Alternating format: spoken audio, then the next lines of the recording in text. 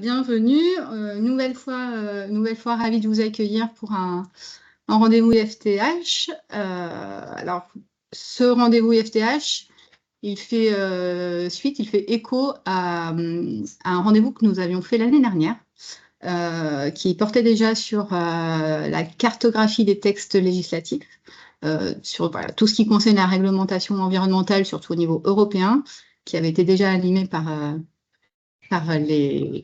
les intervenantes du jour. Il y avait eu pas mal de questions et voilà, beaucoup d'interrogations, un beau succès sur ce rendez-vous FTH. Il y avait déjà plus de 200 inscrits. En toute honnêteté, vous êtes plus de 350 aujourd'hui à vous être inscrits, en tout cas avoir manifesté un intérêt pour cette thématique. Donc voilà, ça prouve bien qu'il y a un besoin.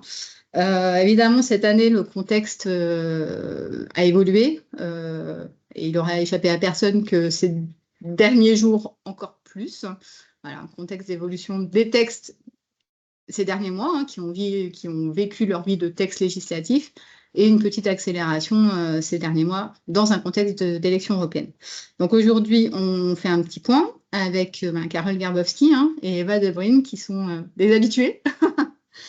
Voilà, nos expertes réglementation européenne, et Eva est en plus référente transition écologique. Donc elle passe aussi pas mal de temps dans les textes ces derniers temps. Comme d'habitude, nous traitons les questions à la fin, mais n'hésitez pas à les poser dans le chat tout au long de l'intervention. Et puis, je vais passer la main. Bonne session. Merci Nadège. Ouais. Merci Nadège, bonjour à tous. Alors, on va essayer de vous faire un point d'actualité sur la réglementation européenne. Comme le disait Nadège, pour démarrer, en fait, on va faire une rapide petite introduction. Effectivement, depuis ce week-end, nous avons un nouveau mandat qui débute. Et en fonction de la nouvelle coloration politique de l'hémicycle, il va y avoir certainement une influence sur la dynamique de certains textes législatifs européens, notamment sur tout ce qui est transition écologique. Et du coup, les nouveaux représentants du Parlement européen pourront choisir parfois de chercher à maintenir ou à amoindrir le niveau d'ambition de certaines propositions, certains projets. C'est pour ça, aujourd'hui, avec Eva, on va se focaliser sur les textes qui sont aujourd'hui soit publiés, ou soit, on va dire, en cours de finalisation et proche de la publication. Alors, bien entendu, notre tour d'horizon, il n'est pas exhaustif, loin de là, parce que sinon, il nous faudrait beaucoup plus de temps. Et si vous voulez approfondir certains sujets, avec plaisir. Eva et moi-même, nous vous invitons à nous recontacter après le webinaire. Et sachez qu'IFTH propose des rendez-vous qu'on nomme des appuis techniques réglementaires, où les industriels peuvent prendre rendez-vous avec nous. Et lors d'un petit webinaire spécifique, on peut développer de manière plus détaillée un sujet spécifique. Voilà. Alors, pour démarrer, j'aime bien à chaque fois rappeler le contexte. Donc, rappelons le contexte de la stratégie de l'Union européenne qui avait été adoptée en 2022 dans le cadre du Green Deal. Ce pacte vert, il est destiné à faire de l'Europe le premier continent neutre pour le climat à horizon 2050. Et l'objectif, parmi ce pacte vert, il y a un objectif, c'est de s'attaquer à la production et à la consommation de textiles, tout en reconnaissant l'importance des filières textiles et habillement. Donc, j'aime bien rappeler du coup cette stratégie de l'Union européenne pour les textiles durables et circulaires. Les grandes lignes, ce sont les suivantes. À horizon 2030, tous les produits textiles fabriqués ou importés qui rentreront sur le marché européen seront durables, robustes, réparables, recyclables. Ils seront également fabriqués en grande partie à partir de fibres recyclées, exempts de substances dangereuses et produits dans le respect des droits sociaux. À partir de là, une fois qu'on a cette stratégie, l'Europe a essayé de décliner tout ça au travers de textes, de directives, de règlements, parfois même aussi d'accompagner des projets européens, financer des projets européens. Et donc, parmi toute cette richesse des évolutions réglementaires, nous avons identifié quelques actions clés de cette stratégie de l'Union européenne qui ont vraiment un impact direct sur les textiles et plus globalement le secteur de l'habillement. Alors, dans notre présentation, on va parcourir ces 5 points-là. Donc, on focalise vraiment notre présentation sur ces 5 points clés. Premièrement, pour l'Europe, une des premières actions, c'est de fixer des exigences de conception, d'éco-conception pour les produits textiles afin qu'ils durent plus longtemps, qu'ils soient plus faciles à réparer et à recycler. Et là, on verra, je vous parlerai du nouveau règlement éco-conception pour les produits durables. Deuxièmement, l'Union européenne a constaté que le consommateur parfois manquait d'informations fiables sur les caractéristiques environnementales des produits pour l'accompagner dans ses actes d'achat. Parfois, il subissait aussi des pratiques commerciales trompeuses, c'est ce qu'on appelle greenwashing, éco-blanchiment en français, de la part de certaines marques, où parfois les labels manquaient de transparence, de crédibilité. Troisièmement, concernant les déchets, l'Union européenne propose de nouvelles règles qu'on vous présentera afin de promouvoir la gestion durable de ces déchets textiles dans l'ensemble de l'Union européenne.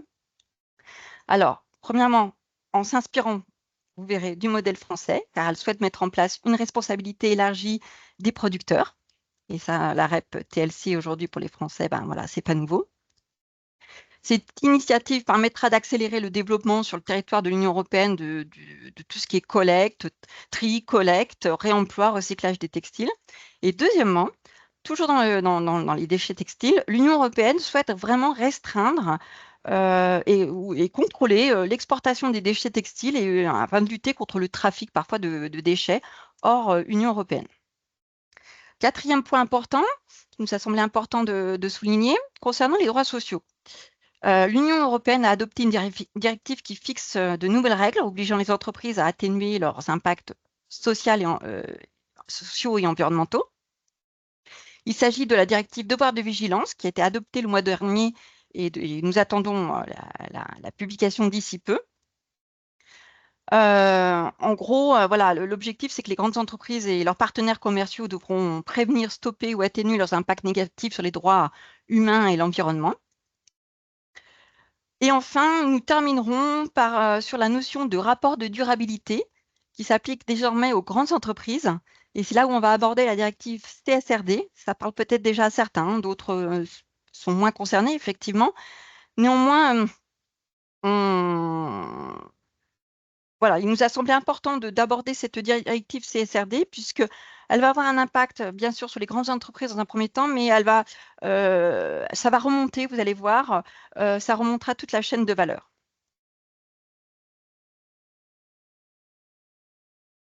Alors, pour commencer, pour entrer dans le vif du sujet, donc première thématique, tout ce qui est éco-conception, concevoir un produit plus durable. Il est important de démarrer avec le projet de règlement sur l'éco-conception des produits durables qui a été adopté fin avril et pour lequel on attend la publication pour ce mois-ci ou le mois prochain. Donc, l'objectif de ce texte, il y a plusieurs objectifs dans ce texte. Un des premiers objectifs, c'est de fixer des exigences en matière d'éco-conception auxquelles les produits devront obligatoirement satisfaire pour être mis sur le marché européen.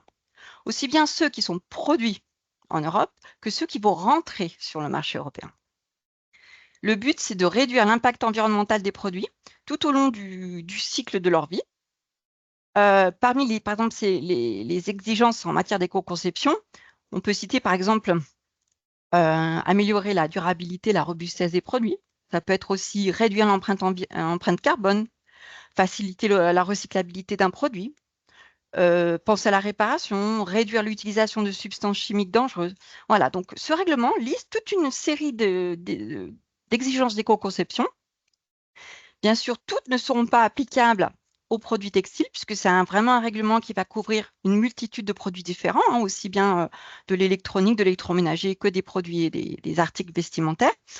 Et donc, il faudra attendre les actes délégués. C'est un peu comme en France, la loi AGEC et les décrets. Voilà, c'est pareil. On a le règlement et les actes délégués derrière qui vont définir en fait les exigences spécifiques les plus appropriées pour chaque famille de produits.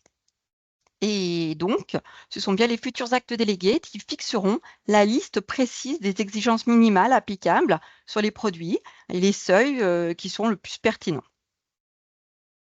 Dans ce règlement éco-conception, il y a aussi un élément très important.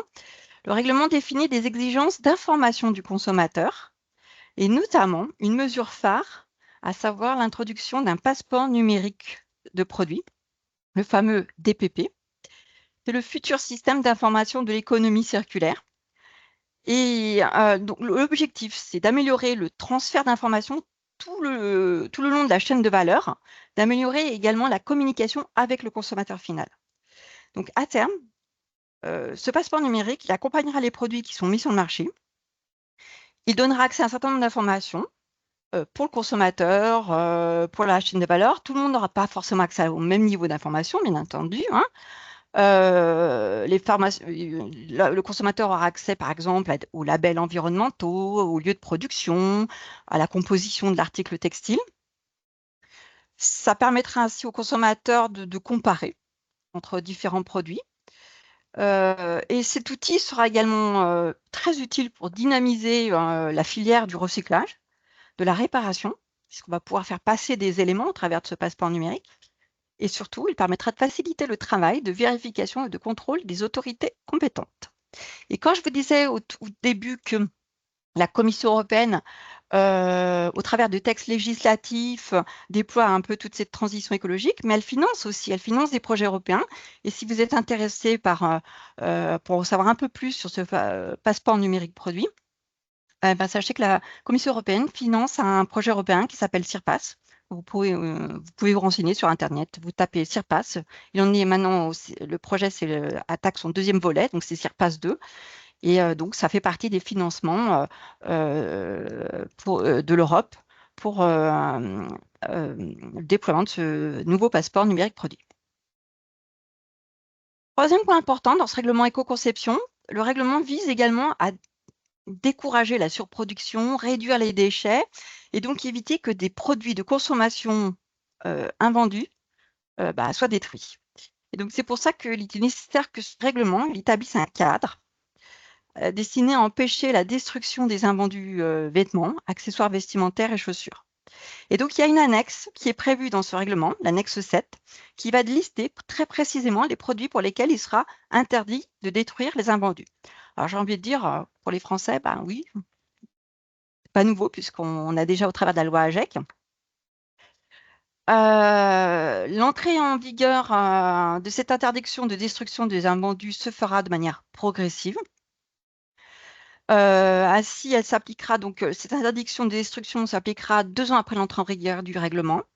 Et ensuite, elle s'appliquera également, alors dans un premier temps aux grandes entreprises, et puis ensuite aux entreprises de taille moyenne, 6 ans après l'entrée en vigueur du règlement. Et pour éviter de faire peser une charge, on va dire, administrative un peu excessive sur les micros et les petites entreprises, ces dernières seront exemptées de l'interdiction de destruction des invendus.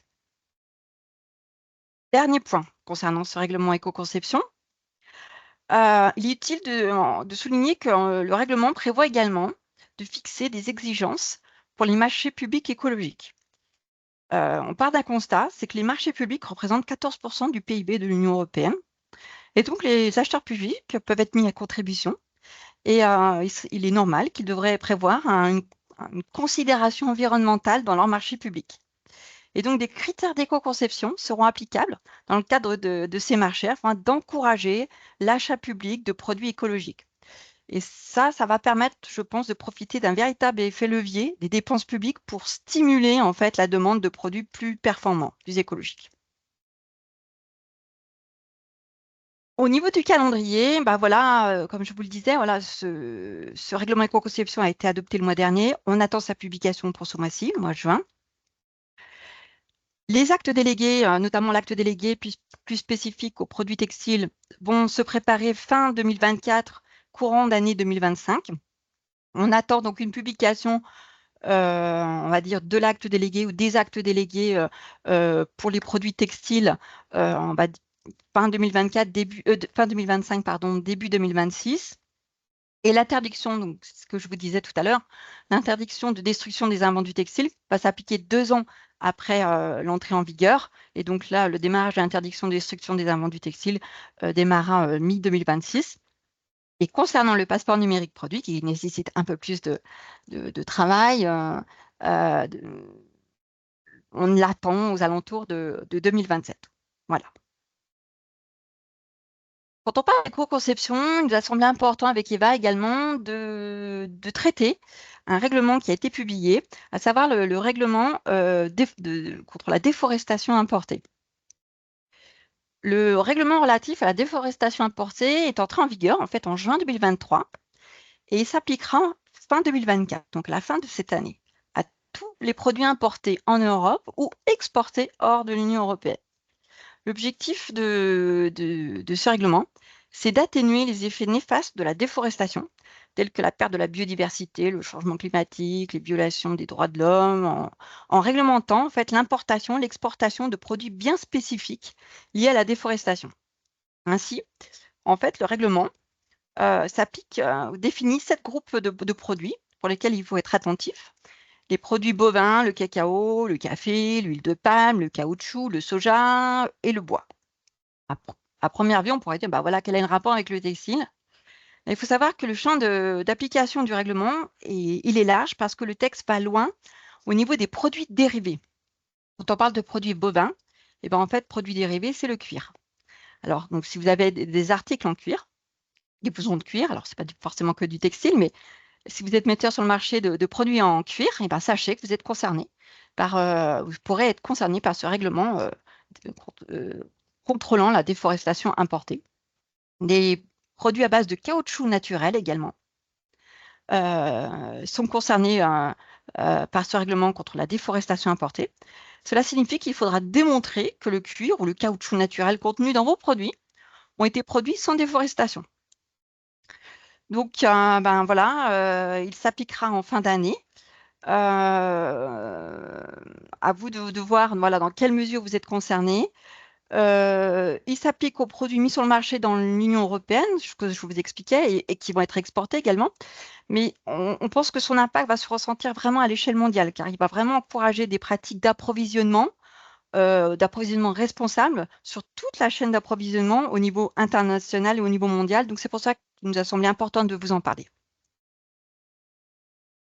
Concernant toujours mon premier point éco-conception, je terminerai en refaisant un focus sur les substances chimiques, et plus particulièrement ce qu'on appelle les substances chimiques préoccupantes, dangereuses.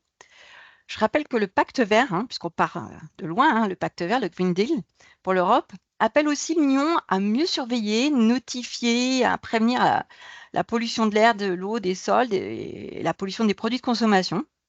Ça signifie que les matériaux qui sont vos matériaux ou les matériaux que vous utilisez pour vos produits doivent être sûrs et durables dès leur conception et pendant tout le cycle de vie du produit, notamment afin d'aboutir à ce que le produit en fin de vie, les déchets qu'il va générer, soient facilement recyclables et ne polluent pas l'environnement.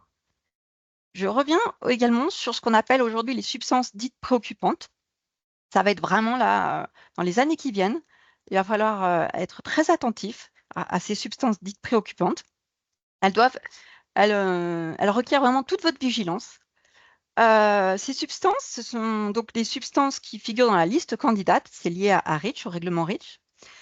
Elles sont surveillées car elles sont susceptibles de provoquer des effets irréversibles graves sur la santé ou l'environnement. Et l'objectif, c'est de parvenir à terme de les substituer ou éventuellement de les interdire. Mais là où c'est important de les suivre, c'est qu'aujourd'hui, une substance préoccupante, elle n'est pas interdite. Ce n'est pas une substance interdite ayant une restriction. Donc, elle est autorisée. Donc, il est possible que vos produits contiennent des substances préoccupantes. Ce n'est pas interdit. Sauf que la réglementation, là où elle se durcit, c'est au niveau du suivi, de la surveillance et de la traçabilité de ces substances préoccupantes.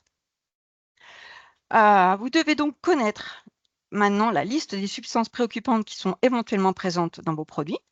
Sachez que la liste de ces substances évolue tous les 6 mois. Vous devez les tracer et en informer le consommateur, notamment au travers de la fiche produit relative aux qualités et caractéristiques environnementales. Et le règlement éco-conception va renforcer le besoin de tracer ces substances, notamment au travers du passeport digital. Donc, j'ai envie de dire, hein, si vous vous contentiez d'un petit document de votre fournisseur qui disait conforme REACH, bah, c'est plus suffisant parce que ces substances préoccupantes, elles sont bien présentes. OK, vous êtes conforme à REACH. Mais maintenant, lesquelles parmi toutes les substances préoccupantes sont bien présentes dans vos produits? Identifiez-les, tracez-les, vous allez en avoir besoin. Je vais faire un petit focus, notamment pour prendre une bonne étude de cas, ce sont les fameux PFAS, les PFAS, sujet très d'actualité, on en entend parler. Donc, ce sont des substances per- et polyfluoroalkylées, on les appelle les polluants éternels. En 2023, la Commission européenne a organisé une grande consultation pour une future interdiction relative aux PFAS. À terme, voilà, on peut se dire qu'ils sont interdits. Il y aura simplement des dérogations dans le temps, secteur par secteur. Certains secteurs vont bénéficier de dérogations plus ou moins longues. Donc, je vous invite aujourd'hui, d'ores et déjà, à suivre les PFAS qui pourraient éventuellement être contenus dans vos produits, sachant que certaines de ces substances, les perfluorées, puisque ce sont des milliers de formulations qui existent, aujourd'hui, certaines sont déjà interdites par REACH, mais l'objectif, c'est vraiment de toutes les interdire à terme. Donc, c'est pour ça que je vous parlais, voilà, il va falloir être beaucoup plus vigilant en termes de surveillance sur vos produits chimiques. L'Union européenne souhaite également davantage protéger les consommateurs contre des allégations environnementales trompeuses, leur donner des moyens de choisir sur la base de labels solides et robustes. Et là, je vais passer la parole à Eva qui va Oui. poursuivre cette présentation. Et Donc, j'ai la bonjour à main tous. du coup. Voilà, Oui, c'est j'ai toi la qui as main la main, je sur, pense. sur Oui, les slides. top, merci. Alors, pour informer le consommateur, on va faire petite parenthèse très rapide sur le droit français, puisqu'il y a un sujet voilà, qui est très chaud en ce moment, c'est effectivement tout ce qui est action environnementale. Et donc, on a fait une petite slide pour vous en parler très rapidement. Même si voilà, aujourd'hui, on n'a pas tous les données, puisqu'on attend, on a en grande majorité pardon, en attente des textes. Donc, la charge environnementale, alors c'est issu de la loi AGEC, hein, puis la loi climat et résilience. Donc, on est sur un texte qui est franco-français. L'objectif, enfin, deux gros objectifs principaux, c'était effectivement d'informer le consommateur, de les sensibiliser et voilà, de les sensibiliser à la consommation responsable, en fait. Et d'autre part, pour les producteurs, les metteurs sur le marché, de valoriser au mieux les démarches d'éco-conception pour justement inciter d'autres fabricants, d'autres distributeurs à aller vers ces démarches d'éco-conception. Donc aujourd'hui, où est-ce qu'on en est avec cette action environnementale? Il y a une méthode qui est voilà, encore en cours de finalisation. Vous avez dû le voir passer.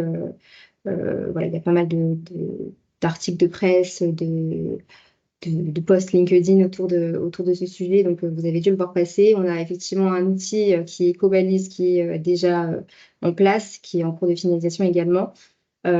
Sur quoi on va aujourd'hui, c'est sur un coût environnemental qui serait en point selon cette méthode du coup de calcul qui serait sur l'ensemble du cycle de vie du produit et qui serait potentiellement affiché. Donc, on a encore voilà, des attentes et notamment sur les modalités de communication, des questionnements sur l'affichage. On est encore en attente là-dessus. Ce qu'on sait, c'est que potentiellement, on aurait des textes avant fin 2024, qu'on irait sur un cadre qui serait du coup volontaire au départ, puis pour découler sur un affichage plutôt obligatoire ensuite. Et là aussi, on en attend des modalités du décret. Et a priori, ce qui serait concerné, ça serait du coup les produits textiles d'habillement neufs ou upcyclés, avec certaines exclusions assez précises. Et donc voilà, les chaussures et tout ce qui est textile un peu plus technique ne serait pas concerné. Donc voilà pour la charge environnementale, pour cette petite parenthèse. Et voilà, on se tiendra au courant de toute façon de la publication des textes sur la fin de l'année 2024. Et c'est la slide suivante. Alors si maintenant on regarde un peu plus au niveau européen, ce qui se passe sur tout ce qui est information du consommateur, on a vraiment un axe important sur l'amélioration de la communication environnementale et sur un peu le bannissement en fait, du greenwashing au niveau européen. C'est un axe important de la Commission européenne. Comment ça se passe? C'est sur la base notamment de deux textes majeurs et importants. La directive sur les pratiques commerciales trompeuses et déloyales et un texte qui est encore en projet, qui est le projet de directive sur les allégations environnementales qu'on appelle aussi plus communément les green claims. L'objectif de la Commission européenne, il est assez clair, hein, c'est de protéger au maximum les consommateurs, de promouvoir la consommation durable et sur un autre axe, stopper la prolifération des labels et éliminer les pratiques commerciales jugées trompeuses, notamment tout ce qui est fausses allégations. Donc, si on fait un petit focus sur la première directive, donc sur les pratiques commerciales déloyales, slide suivante, cette directive qui vise clairement à protéger les consommateurs contre les pratiques commerciales trompeuses et déloyales. Donc, elle inclut, en fait, là, c'est vraiment finalement l'ajout du greenwashing comme pratique déloyale trompeuse. Donc, pour faire ça, en fait, elle a ajouté en fait, elle a mis à jour, elle a ajouté certaines pratiques à la liste des pratiques commerciales trompeuses, notamment, là j'ai mis un exemple, mais il y en a plein d'autres. J'ai mis un exemple, c'est par exemple affirmer qu'un produit a un impact neutre sur la base de compensation carbone. Et voilà, en fait, elle interdit toute une série de pratiques commerciales liées à l'environnement. Donc ça, c'est vraiment le premier axe. Le deuxième axe, c'est voilà, des nouvelles exigences pour les labels environnementaux.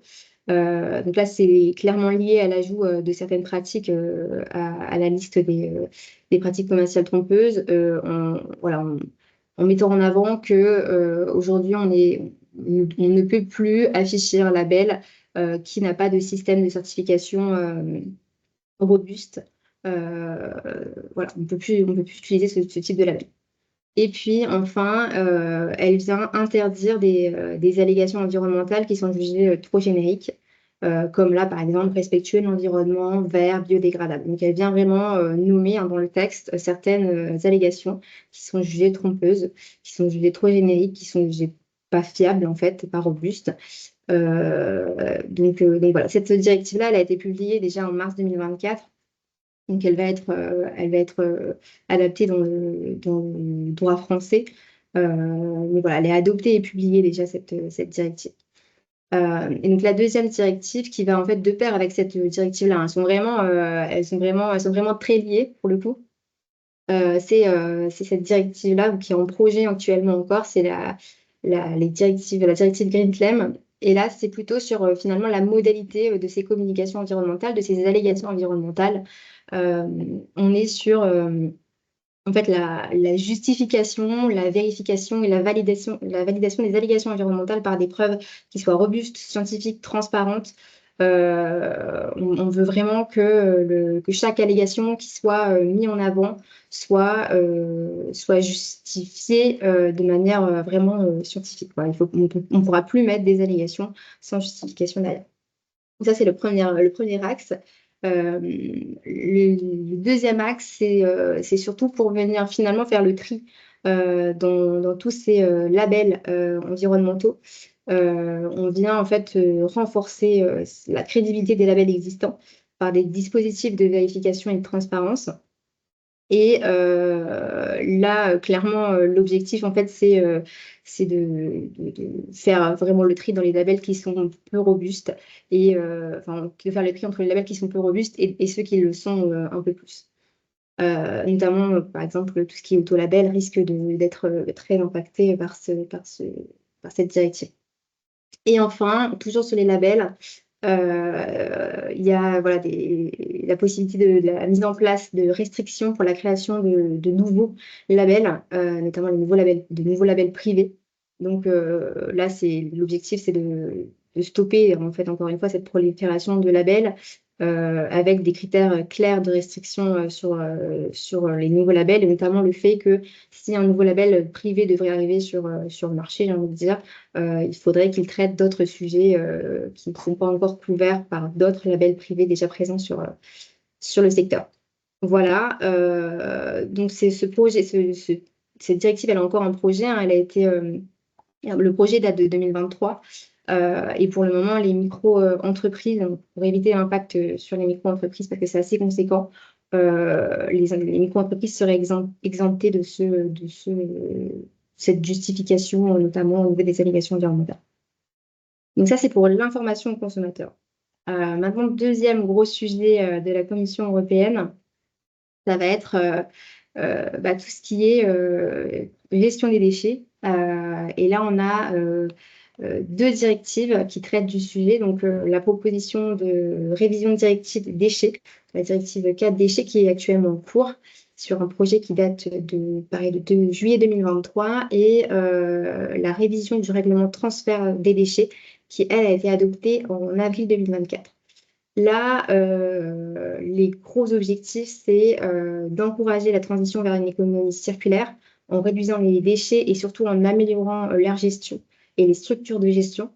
Et d'autre part, améliorer la traçabilité, la surveillance et la réglementation de tous les transferts des déchets entre les pays. Là, c'est clairement ciblé, en fait, tous les reportages qu'on a pu voir ces dernières années sur les plages décharges remplies de textiles en fin de vie. Voilà, donc la première, si on fait un petit focus sur la révision de la directive, donc slide suivante sur la révision de la directive déchets. Alors, c'est vrai que celle-ci, elle est encore en cours. Comme je disais, le projet date de juillet 2023. Et ce qui est important à avoir en tête, là, c'est qu'on cible clairement le textile. C'est vrai que dans les autres textes, on est plus multisecteur. Celle-ci, elle cible vraiment le textile, avec un des gros sujets de ce projet, c'est de venir harmoniser les règles en fait, de la responsabilité élargie du producteur, afin notamment d'éviter les divergences nationales, hein, puisqu'on a vu... alors, c'est vrai qu'en France, on a notre REP textile, donc la REP TLC, et on a vu en fait l'émergence de plusieurs REP dans plusieurs pays européens, donc des REP spécialisés sur le textile également. Et là, la Commission européenne s'est rendu compte que ça pouvait être très compliqué pour le metteur sur le marché. Et donc, voilà, l'objectif, c'est d'harmoniser d'harmoniser en fait les règles de ces REP-là pour les textiles dans l'Union européenne. Là, un des objectifs aussi, ça va être d'améliorer en fait le taux de collecte dans l'Union européenne. C'est vrai qu'en France, on a déjà un taux de collecte qui est assez important, ce qui n'est pas le cas dans tous les pays, certains n'ont pas encore de responsabilité élargie du producteur. Et donc, pour faire tout ça, il y aura effectivement l'introduction de contributions financières qui pourront être modulées. Donc ça, on a l'habitude en France, hein, mais qui pourront être modulées en fonction d'exigences d'éco-conception. Pour inciter les producteurs à éco-concevoir leurs produits. Là, clairement, la REP française est un peu un exemple, hein, pour ce texte-là, parce qu'on est déjà un peu rodé en France, c'est vrai. Donc voilà, inciter les producteurs à éco-concevoir leurs produits, potentiellement basés sur les exigences d'éco-conception qui seront définies dans le règlement d'éco-conception que Carole vous a présenté juste avant. Donc il y a des liens entre les textes, hein, qui vont essayer, bien sûr. Et comme je disais, un des gros objectifs aussi, ça va être de développer les infrastructures de collecte, de réemploi, de tri et de recyclage en Europe, pouvoir les rendre un peu plus cette filière solide et capable de gérer tous ces déchets. Et enfin, réduire les impacts environnementaux dans l'Union européenne et dans les pays tiers, notamment avec des règles sur le transfert des déchets. Mais je n'en dis pas plus parce que c'est en lien avec le règlement juste après, donc je reviendrai dessus. Voilà. Ouais, je dis peut-être 2-3 mots là-dessus. Là, pour le coup, on aurait la micro-entreprise serait exemptée, et ça serait pour l'ensemble des produits textiles, hors textile technique.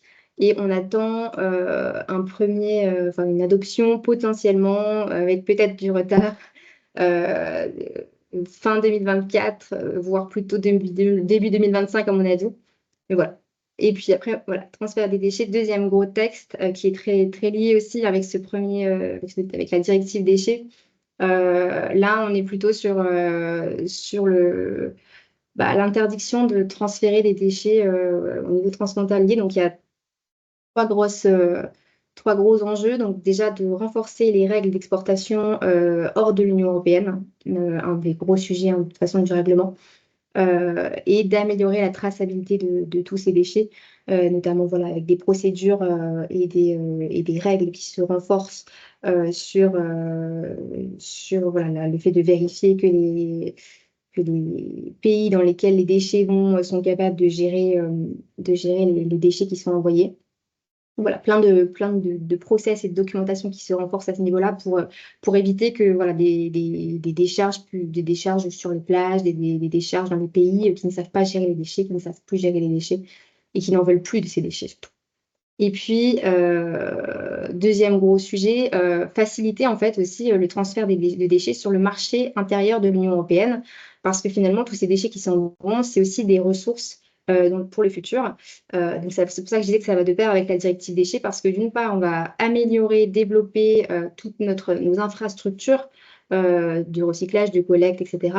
Et d'autre part, il faudra aussi pouvoir nourrir ces infrastructures notamment donc avec nos ressources, nos matières qui sont en fin de vie. Donc faciliter aussi le transfert intra-UE pour en fait voilà, avoir des ressources sur place dans l'Union européenne. Et puis, dernière grosse mesure, c'est la lutte contre les exportations illégales avec des sanctions qui se renforcent et des sanctions et des démarches aussi qui seront plus importantes. Donc ce texte, ce règlement a été adopté en avril 2024, donc il est déjà en vigueur et il va s'appliquer du coup dans les années à venir. Donc un gros objectif sur la gestion des déchets. Voilà, je vois que l'heure avance, donc j'avance un petit peu aussi dans mes dispositions. Ouais. Alors, ouais, merci. Alors, un texte aussi qui est extrêmement important, ça va être au niveau du droit social, des droits sociaux. Le directif sur la devoir de vigilance, qui est là tout chaud parce que du coup, il a été adopté en mai 2024 et qu'il est en cours de publication. Là, l'objectif, c'est vraiment de favoriser les comportements durables et responsables des grandes entreprises et puis aussi, là, encore une fois, d'harmoniser les lois nationales existantes puisqu'on a déjà une loi sur le devoir de vigilance en France et qu'il y a eu des lois qui sont arrivées donc, en Allemagne, aux Pays-Bas, etc. Donc aussi une harmonisation au niveau de ce droit social. Alors, il a été adopté, vous avez dû le voir passer, il a été aussi... il a eu un peu du mal à passer finalement et il a été un peu revu à la baisse également. Donc là, il va s'appliquer par palier aux grandes entreprises. Donc là, je vous ai mis les quelques dispositions. Donc là, pour le coup, les grandes entreprises sont concernées. Donc si c'est des grandes entreprises de l'Union européenne, ils vont être concernés à partir de 1000 employés et 450 millions d'euros de chiffre d'affaires. Pour mémoire, au tout début du texte, c'était 250 employés et 40 millions d'euros de chiffre d'affaires, donc il a été vraiment revu à la baisse. Et puis, ça va également s'appliquer aux grandes entreprises qui sont étrangères, qui ne sont pas dans l'Union européenne, dès lors qu'ils génèrent 450 millions d'euros sur le marché, dans l'Union européenne. L'objectif, très rapidement, les grosses lignes de ce texte, ça va être la prise en compte des incidences négatives sur le droit de l'homme et de l'environnement. Donc, avec notamment un processus d'identification des risques, d'évaluation des incidences réelles et potentielles sur les hommes et l'environnement. Donc, il y a une liste d'incidences négatives qui est citée dans ce texte. Et puis, il y a aussi une obligation pour les entreprises d'adopter et de mettre en œuvre un plan de transition pour l'atténuation climatique, du changement climatique, qui serait aligné avec les accords de Paris. Donc, voilà les trois grands sujets. Et là, donc, ça concerne effectivement les activités directes de l'entreprise, de leurs filiales et les opérations qui seraient réalisées par les partenaires commerciaux. Voilà sur le devoir de vigilance, très rapidement. Je repasse la main à Carole. Voilà, je vais terminer. Donc, on a vu concevoir des produits durables, informer correctement le consommateur, gérer les déchets textiles sur tout le territoire européen, produire en respectant les droits sociaux. Et donc, on a envie de terminer avec sur la directive CSRD. Donc, l'objectif, c'est d'aller vers plus de transparence sur la stratégie des grandes entreprises. Donc, la directive CSRD, s'applique désormais aux grandes entreprises. La France est le premier pays à avoir transposé cette directive, puisque une directive, pour qu'elle s'applique, il faut qu'elle soit transposée dans le droit national de chaque État membre, contrairement à un règlement qui s'applique dès sa publication. Donc, elle exige des marques et des entreprises qu'elles rendent compte de façon standardisée, de manière détaillée, de leur impact sur les personnes et l'environnement, et de la manière dont elles sont gérées en matière de durabilité. Donc, environnement, social et gouvernance. Plus généralement, l'entreprise, à travers ce rapport de durabilité, viendra expliquer et prouver en quoi son activité deviendra plus durable. Alors, c'est certes, du coup, aujourd'hui, alors l'objectif, c'est vraiment de flécher les flux financiers vers des entreprises ayant un impact positif pour la population et l'environnement.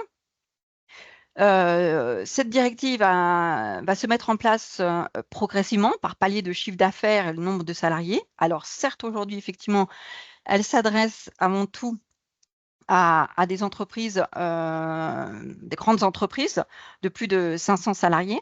Néanmoins, il nous a paru intéressant de vous en parler parce que ces entreprises qui vont devoir justifier de manière détaillée de leur impact et de la manière dont elles vont réduire leur impact sur l'environnement, vont avoir besoin d'informations de la part de leurs fournisseurs. Et du coup, même si vous êtes une petite entreprise, vous risquez d'être questionné par vos clients qui peuvent être concernés par la CSRD.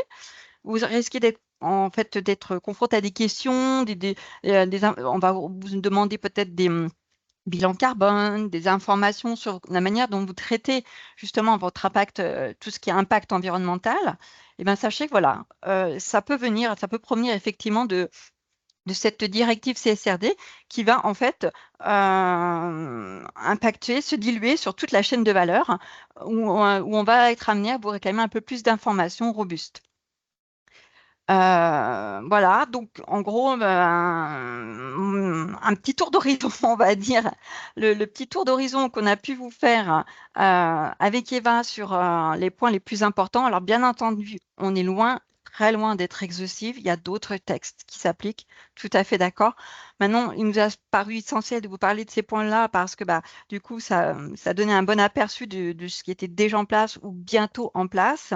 Comme je le disais en introduction, en fonction de ce qui va se passer au niveau de l'Europe, tout ce qui est transition écologique, on peut être, on va dire, influencé. Certains textes vont peut-être mettre un peu plus de temps à aboutir. Peut-être que d'autres n'aboutiront pas. On sait que, par exemple, il est prévu de réviser l'écolabel textile, voilà, à plus ou moins long terme. Parmi les mauvaises nouvelles, la révision du règlement REACH, ça, on sait que ça va être stoppé. Voilà. Bon, ça n'impactera pas la restriction des PFAS, hein, je vous rassure. Mais voilà, il y aura peut-être un autre calendrier pour tous ces textes. Alors, pour conclure très rapidement, vous avez une petite slide pour voilà, vous montrer où l'IFTH voilà, pouvait vous aider, vous accompagner.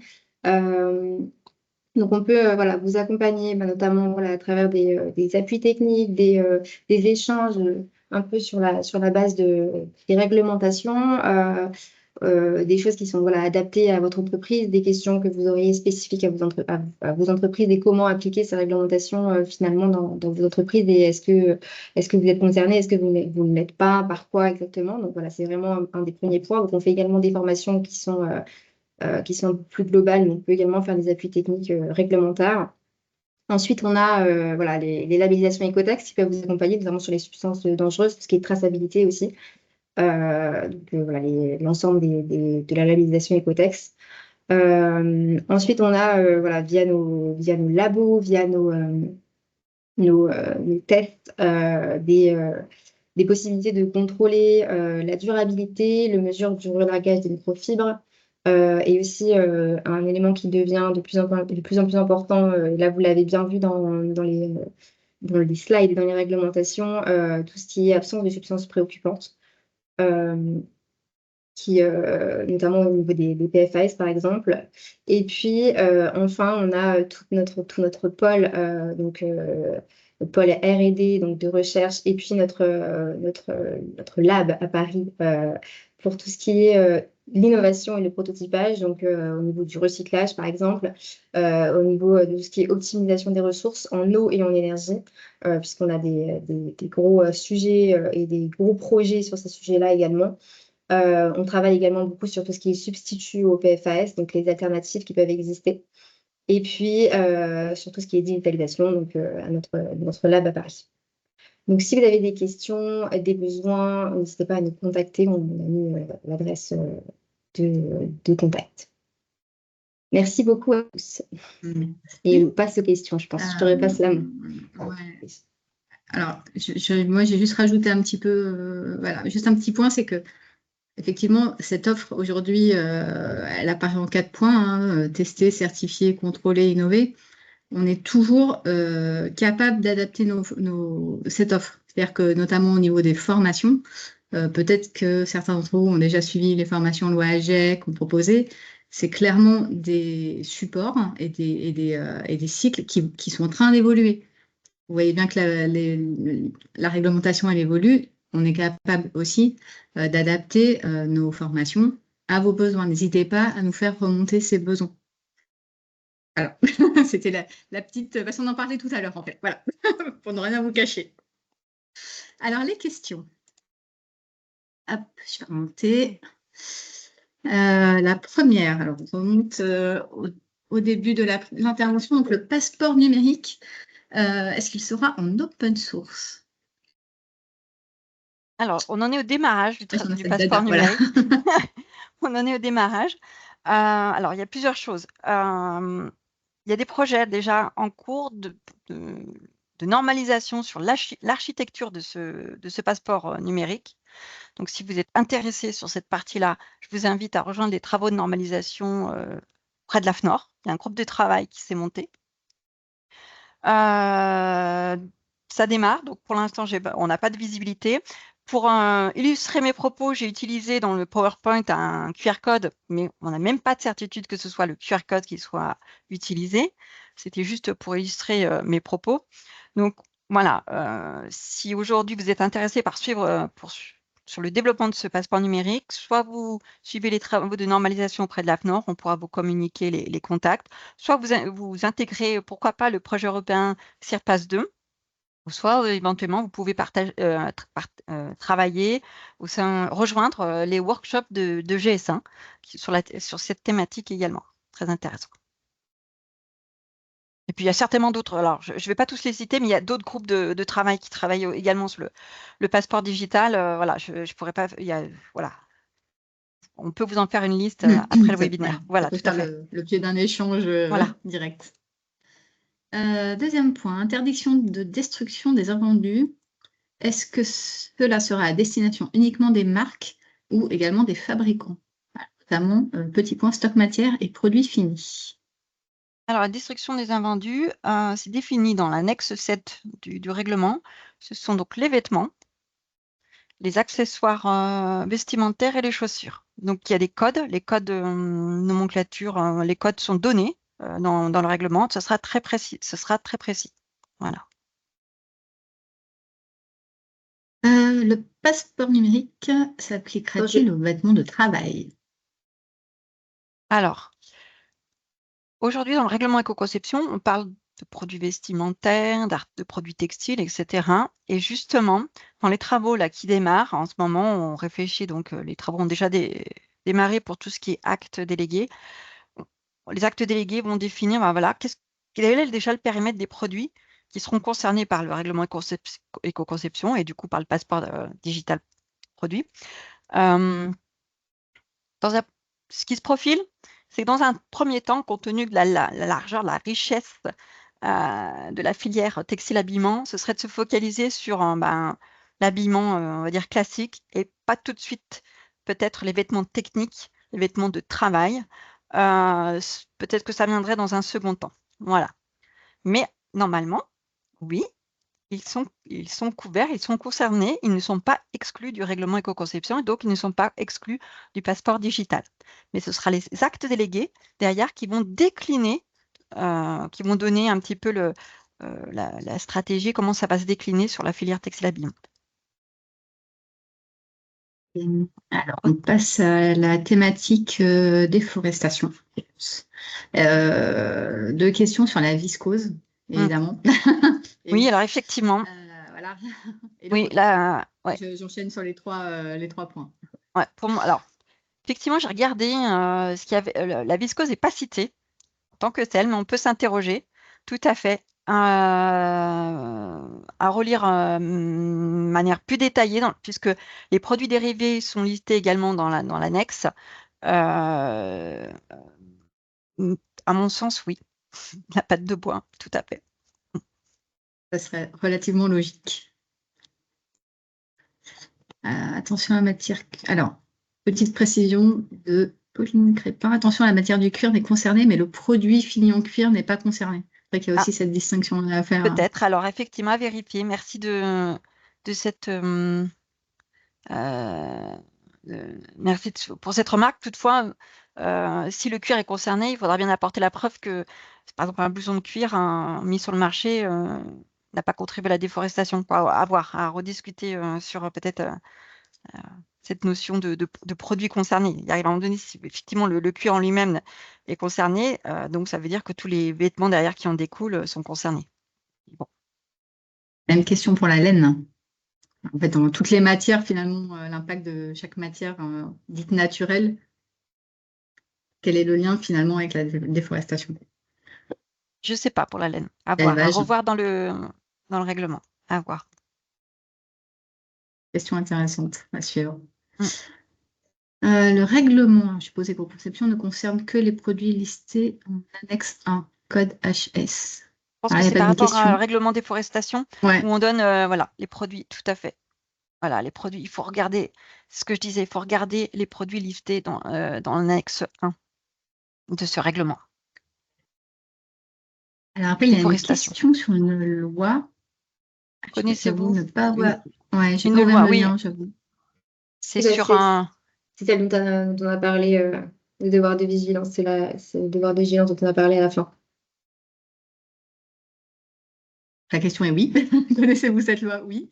Oui, je pense que le message, la question est arrivée avant qu'on l'aborde. Arrivé avant, oui. Alors après, le code douane 47 est visé à l'annexe 1. Alors, ouais, les questions se répondent en fait. Ce qui amène à se demander s'il faut considérer que ce code douane fait référence à la viscose. Donc, on va effectivement, pour l'instant, question ouverte. Autre point, sachant que nos clients demandent de plus en plus de garantir l'absence de PFAS dans les produits textiles, comment les rassurer? La conformité au règlement REACH suffit-elle aujourd'hui pour répondre à ces préoccupations par rapport au PFAS? Et sur ce point, Ocotex est-il plus avancé que REACH en termes de prise en compte de ces polluants éternels? Est-ce que c'est encore plus rassurant pour les clients? J'ai le plaisir de vous dire oui. Voilà. Oui. Oui, effectivement, puisque Cotex aujourd'hui prévoit à modifier son cahier des charges pour le Cotex standard 100. Aujourd'hui, dans le Cotex standard 100, il y a une recherche du fluor total. Donc, il y a certains déjà PFAS qui sont interdits. Donc, ceux-là, ils étaient déjà interdits et recherchés. Et là, maintenant, les nouvelles règles de Cotex standard 100, on fait une mesure de fluor total pour vérifier l'absence. Donc, vérifier qu'il n'y a pas de PFAS. La conformité, alors, il n'y a pas de conformité au règlement REACH, puisque REACH n'introduit pas de certificat, c'est juste un contrôle par rapport au règlement REACH. Mais REACH n'interdit pas tous les PFAS aujourd'hui. Il n'en interdit que certains. Donc, Ecotex va bien au-delà, vous rassure bien au-delà, puisque là, on contrôle le fluor total. Petite parenthèse, aujourd'hui, le Ecotex standard 100 est splitté maintenant en deux. Vous avez l'Ecotex standard 100 classique où il y aura une mesure de fluor total. Et puis vous avez l'Ecotex standard 100 spécifique pour les équipements de protection individuelle, les vêtements de protection, où là, les PFAS qui ne sont pas interdits seront encore autorisés. Donc l'Ecotex standard 100 spécifique au marché des vêtements de protection, à l'armée par exemple aussi. Celui-là, donc cet Ecotex-là, il n'y aura pas de mesure de fluor total, il y aura juste un contrôle des PFAS qui sont d'ores et déjà interdits. Carole, si je peux Oui, ajouter juste quelque vas-y, chose, du coup, pour vas-y. compléter. Du coup, en effet, il y a bien l'introduction de ce test Fluor Total. Et également, du coup, qui vient avec cet ajout de test, il y a l'interdiction d'utilisation intentionnelle de PFAS qui sont en lien, du coup, et qui, donc, à part pour les EPI, bien entendu, mais qui, du coup, c'est vrai, peut rassurer plus les clients si l'article est labellisé, puisque, du coup, il ne peut pas y avoir de PFAS car l'utilisation intentionnelle est maintenant interdite. Merci Adeline pour ce complément. Globalement, Sur le Adeline qui fait côté. partie globalement, de la team Oui, Ecotex. voilà. Voilà. Et c'est vrai que les labels comme ça, enfin, Ocotex a 30 ans d'expérience et c'est pas le seul sur le marché des labels, mais il y a quand même quelques labels qui sont très installés et reconnus et robustes. Ils essayent toujours d'être un peu, voilà, en avance, précurseurs. C'est aussi gage de confiance pour les clients, quoi. C'est-à-dire qu'ils anticipent, en tout cas, ils ne sont pas là en réponse à une préoccupation, ils sont souvent un peu en avance. Et je profite parce qu'il y a une question Ouais. qui est arrivée sur depuis quand Ecotex a-t-il ajouté les PFAS dans ses annexes? Je fais le lien. On va Je faire une profite question globale. Alors, je ne sais pas si Adeline peut répondre à cette question, vu qu'elle est là. Oui, alors la date précise, j'avoue que là, je ne saurais pas. Après, on peut vous la trouver et vous la transmettre après. Mais c'est vrai que ça date pas d'hier, les PFAS dans les annexes. C'est surtout cette notion d'interdiction d'utilisation intentionnelle qui est du coup toute nouvelle. Mais les PFAS, ça fait, il me semble, quelques années quand même que c'est dans le cahier des charges. Le Fluor Total, ça date de début d'année, hein, il me semble. Alors le Fluor Total, par contre, oui, Le ça changement, c'est ouais, pareil, c'est c'est ça, venu en hein. même temps que l'interdiction d'utilisation intentionnelle, oui. Ok, alors, allégations maintenant. Est-ce que les justificatifs des allégations sont listés pour chaque cas? Allégation du recyclage, alors bio, qu'est-ce qui est bio, teinture végétale, biton, alors là, j'avoue, mon incompétence là, sans teinture.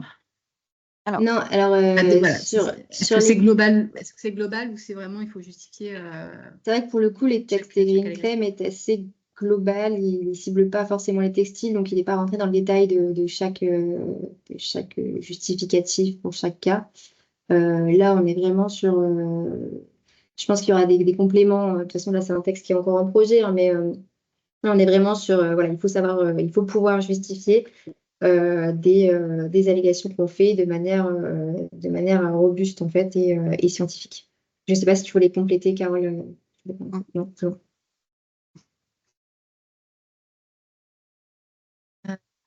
alors. Je vois que l'heure tourne et il y a encore beaucoup de questions, Ouais, donc on va essayer de les regrouper. l'harmonisation européenne là, au niveau des règles textiles, au niveau des REP, est-ce que ça va concerner uniquement la mode ou ça va rejoindre la question de tout à l'heure, ou est-ce que le vêtement de travail, vêtement professionnel vendu aux pros sera inclus dedans? Alors, actuellement, dans le texte, on n'a pas de précision.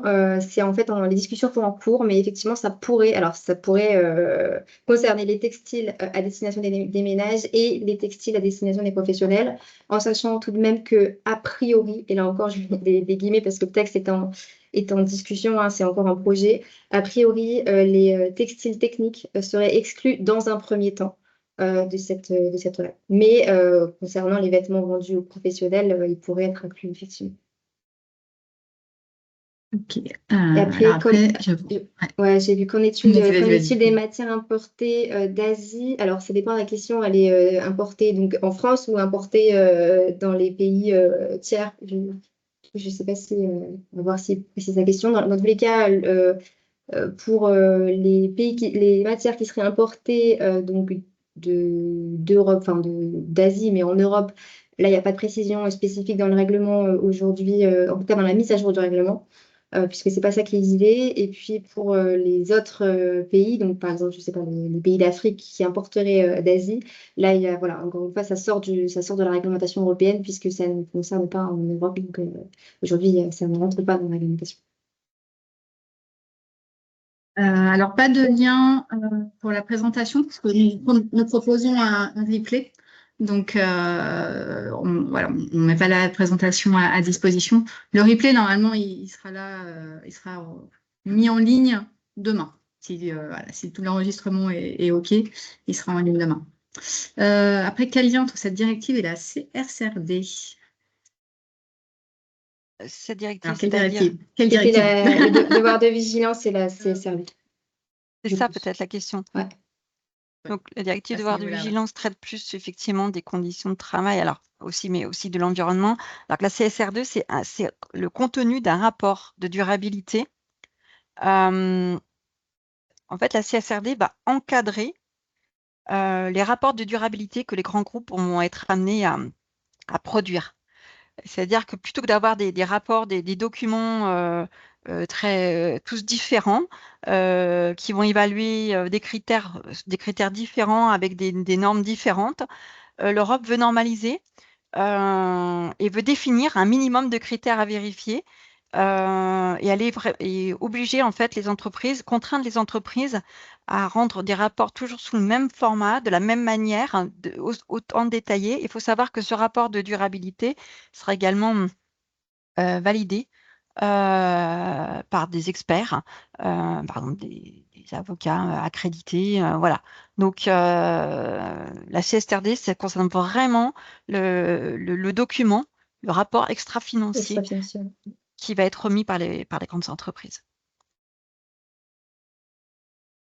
Ensuite, affichage environnemental, on passe, ça a été abordé. J'ai vu des questions sur les invendus. Je partage à l'écran, là, le projet de...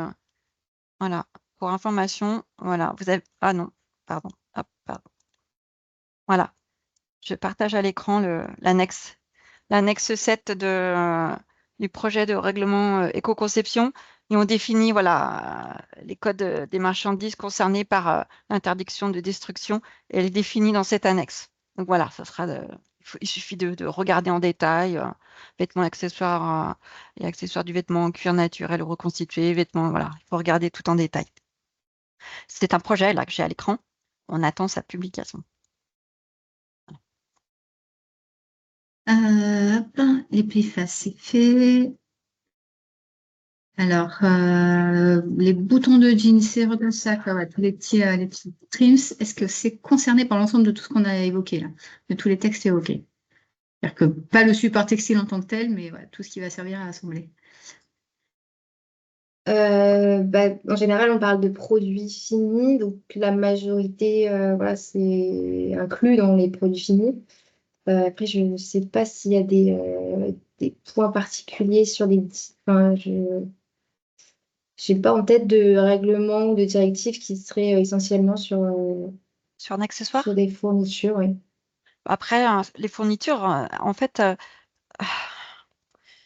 les fournisseurs de fournitures d'accessoires vont devoir également apporter des informations pour nourrir toute la chaîne de valeur en termes de traçabilité, notamment sur les substances préoccupantes, l'absence ou la traçabilité du caoutchouc naturel, des élastiques, par rapport à la déforestation. Donc en fait, c'est pas vraiment un texte qui concernera des accessoires en particulier, comme tu dis, Eva, mais c'est plus c'est un élément qui peut être concerné à un moment donné, in fine. Toutes les informations concernant sa production, ses composants peuvent être utiles derrière, à l'aval, au client qui va utiliser ces éléments-là. Et dernière question, le linge de table est-il également visé? C'était par la REP, j'imagine. Si c'est sur la REP européenne, effectivement, a priori, elle fait partie le linge de maison fait partie des textiles qui seraient concernés par la REP européenne. Après, voilà, comme les textes sont encore en discussion, comme je disais, c'est encore des projets. Mais pour le moment, dans le projet, effectivement, oui, c'est dans le projet.